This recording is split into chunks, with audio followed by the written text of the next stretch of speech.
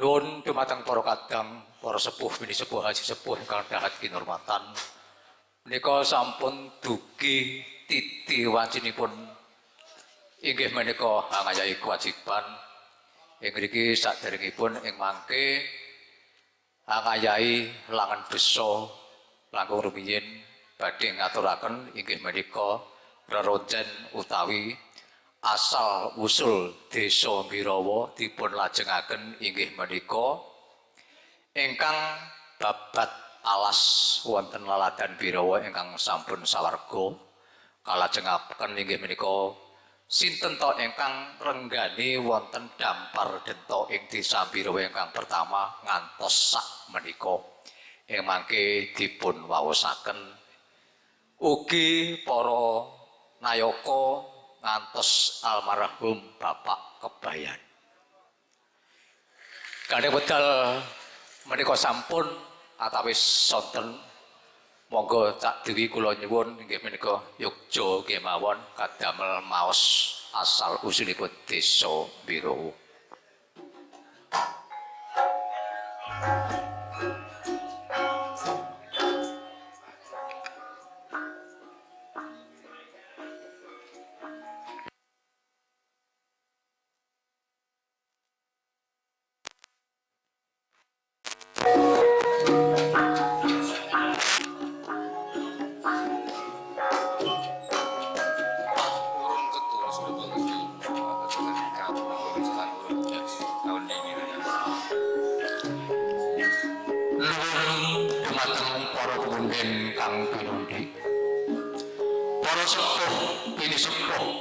Sampun ana pawas Lipta ing pitutur ingkang tansah ngagungaken dhateng pepoyaning kautaman ingkang satuhu kinurmatan. Sagunge para alim, para ulama, para suci, bapak kiai ingkang tansah rinten dalu tansah sumanding kitab suci wayuning ilahi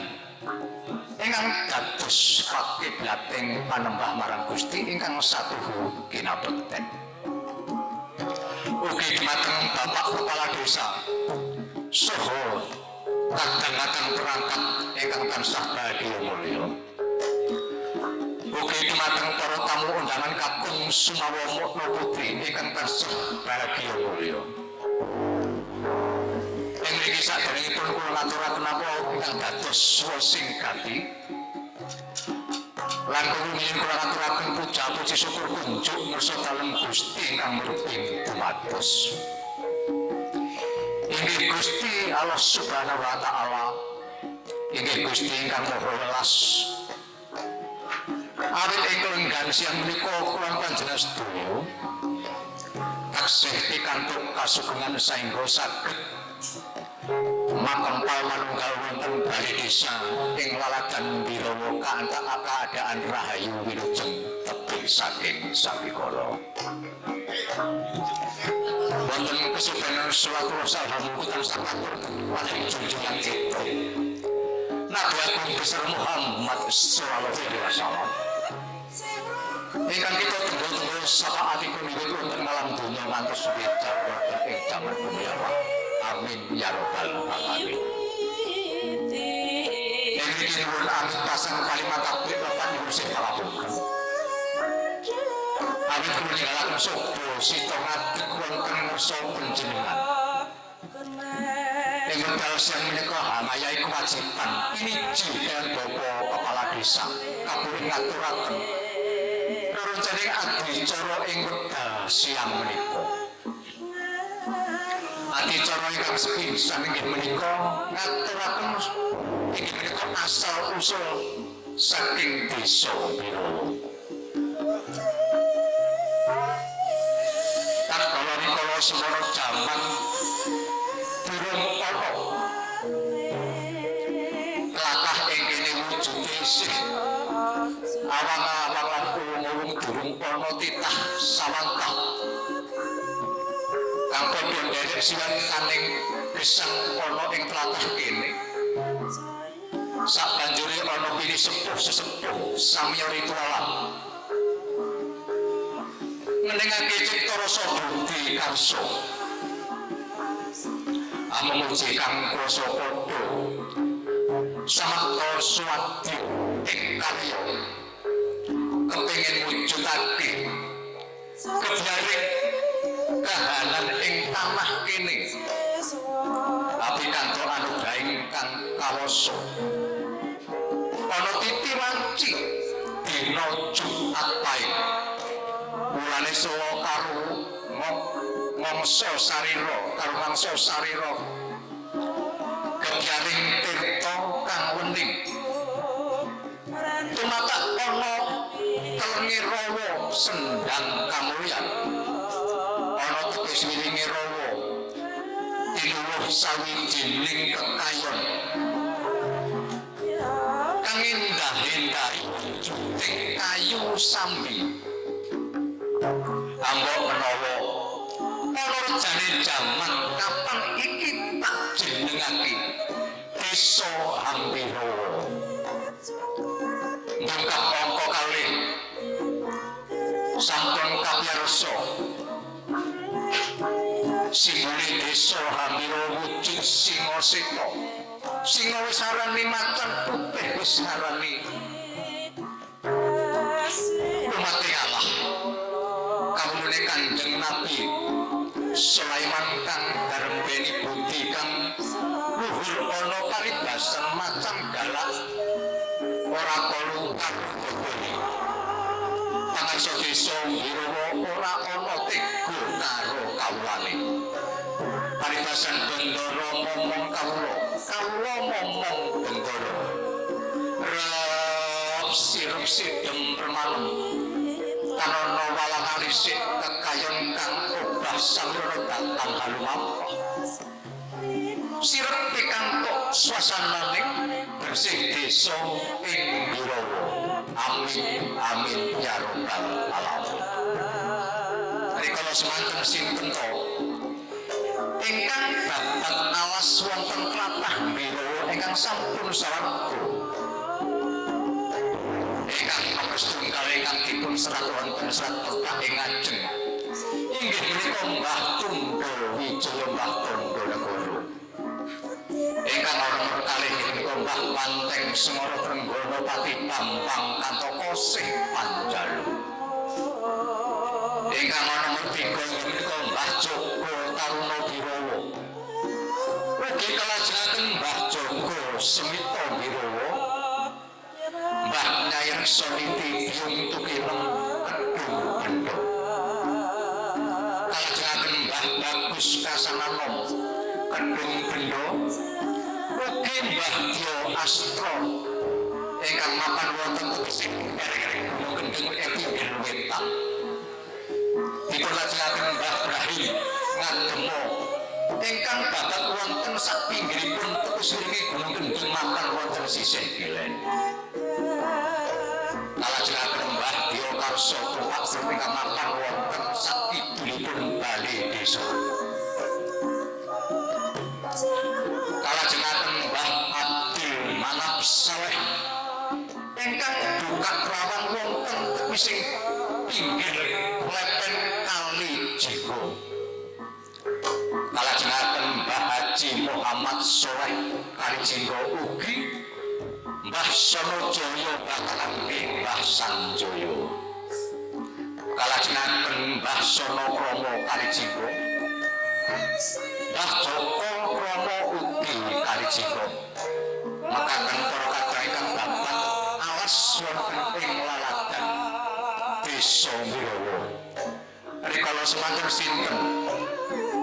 ingkang lenggani inggih menika kursi dampar kencana ingkang nomor setunggal mapan wonten laladan Hampirawa inggih menika ingkang sinebat ingkang lenggani inggih menika kursi sinebat Bapak Lurah ingkang nomor setunggal inggih menika Mbah Roro Salim Mbah Kibar salajengipun Mbah Nur Salim kalajengaken Mbah Durrahman salajengipun Mbah Durrahman kalajengaken Mbah Diokromo Iting dipun lajengaken malih inggih menika Mbah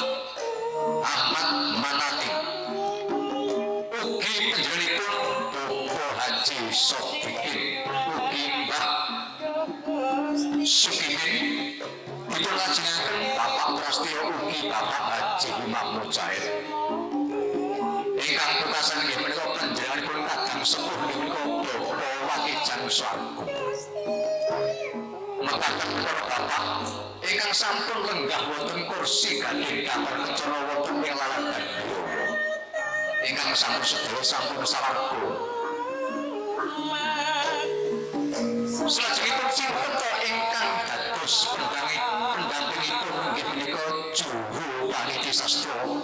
kang sinebat Bapak Carik ingkang nomor setunggal inggih menika Bapak Kusman ingkang nomor kalih inggih menika Bapak Hasan Suwadi ingkang nomor 3 Bapak Omarudin ingkang nomor sekawan inggih menika Bapak Suwarji dipun Bapak Suwardi pembantu Carik ingkang pungkasan inggih menika Bapak Haji Imam Mujahid menika kula wonten sampun dados pembantunipun inggih menika almarhum ingkang sampun sumari dados Carik salajengipun leluhur ingkang sampun membantu utawi dados pembantunipun Bapak Kepala Desa Sawarga inggih menika sinebat leluhuripun kami tuwa utawi kepala dusun wonten ing laladan ingkang dipunsebat ing ajeng sepindah inggih menika Bapak Ndari ingkang nomor kalih inggih menika Mbah Dio Bapak Swik ugi Bapak Jati dipun lajengaken inggih menika Mbah Sarimin kalajengaken malih inggih menika Bapak Marno ugi Bapak Diso Bapak Jedul kalajengaken Bapak Timin dipun lajengaken malih inggih menika Bapak Misiat dipun lajengaken inggih menika Bapak Karyadi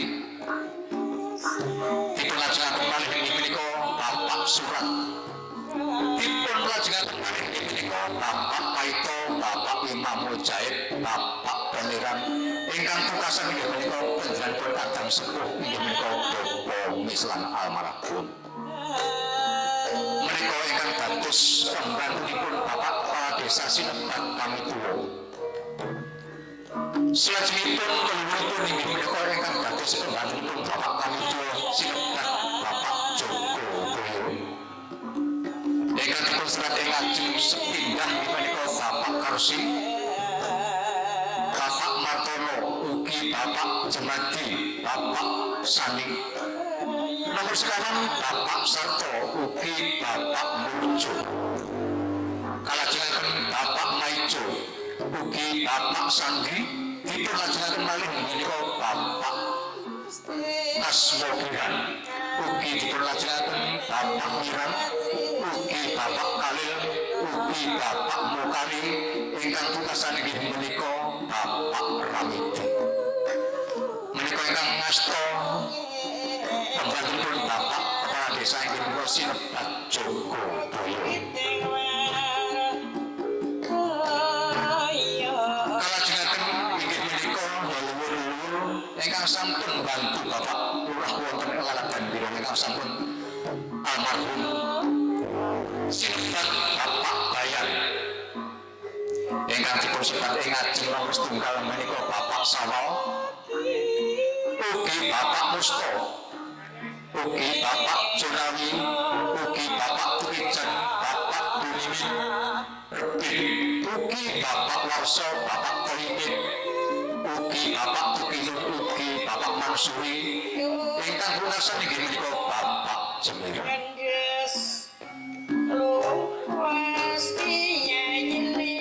menika tasih kathah ingkang dados pembantunipun inggih sinebat inggih menika Bapak Mudin ingkang dipun serat ing ajeng inggih menika sepisan arwahipun Bapak Hasan Sari ingkang nomor kalih Abdul Somad ingkang nomor 3 menika Mbah Salim ugi Mbah Ahmad Ujowo, ugi Mbah Somingan, ugi Mbah Sakit. Menika ingkang dados mudin. Salajengipun inggih menika ingkang gelar agami Islam ugi tokoh-tokoh Islam ingkang wonten laladan Desa Biro.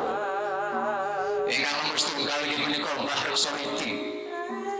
Ingkang nomor kalih Yang Tukinem ugi Mbah Diastro, ugi Mbah Sepuh Ahmad Subali, Mbah Sudarmani. Ingkang nomor gangsal inggih menika Mbah Bil Sawal. Ingkang nomor 6 Mbah Dio Karso, kasambut malih menika Mbah Imam Besari, ugi Mbah Mustang, ugi Mbah Kasan Mandar, ugi Mbah Kasan Istad, ugi Kiai Sahri, ugi Mbah Kiai Jasmin, ugi Kiai Mustaqim, ugi Mbah Kiai Nur Simin, ugi Mbah Karsimin, ugi Mbah Jemani ingkang pungkasan inggih menika Kiai Solani, ugi Mbah Kiai Imam Mujaid. Menika ingkang dados menyebar agami Islam wonten ing laladan Desa Biro.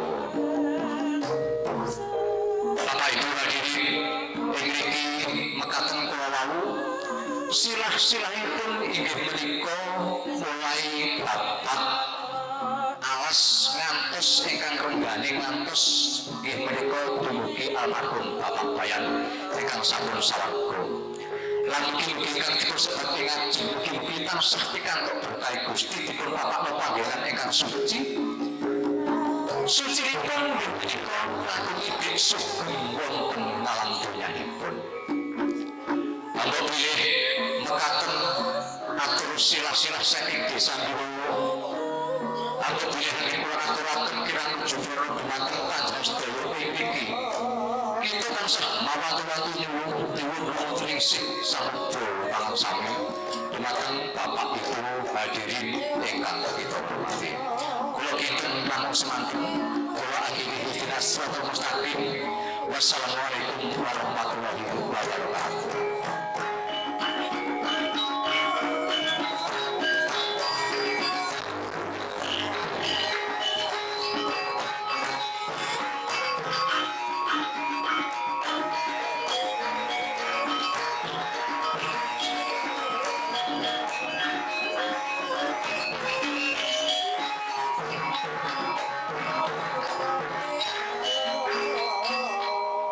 Oh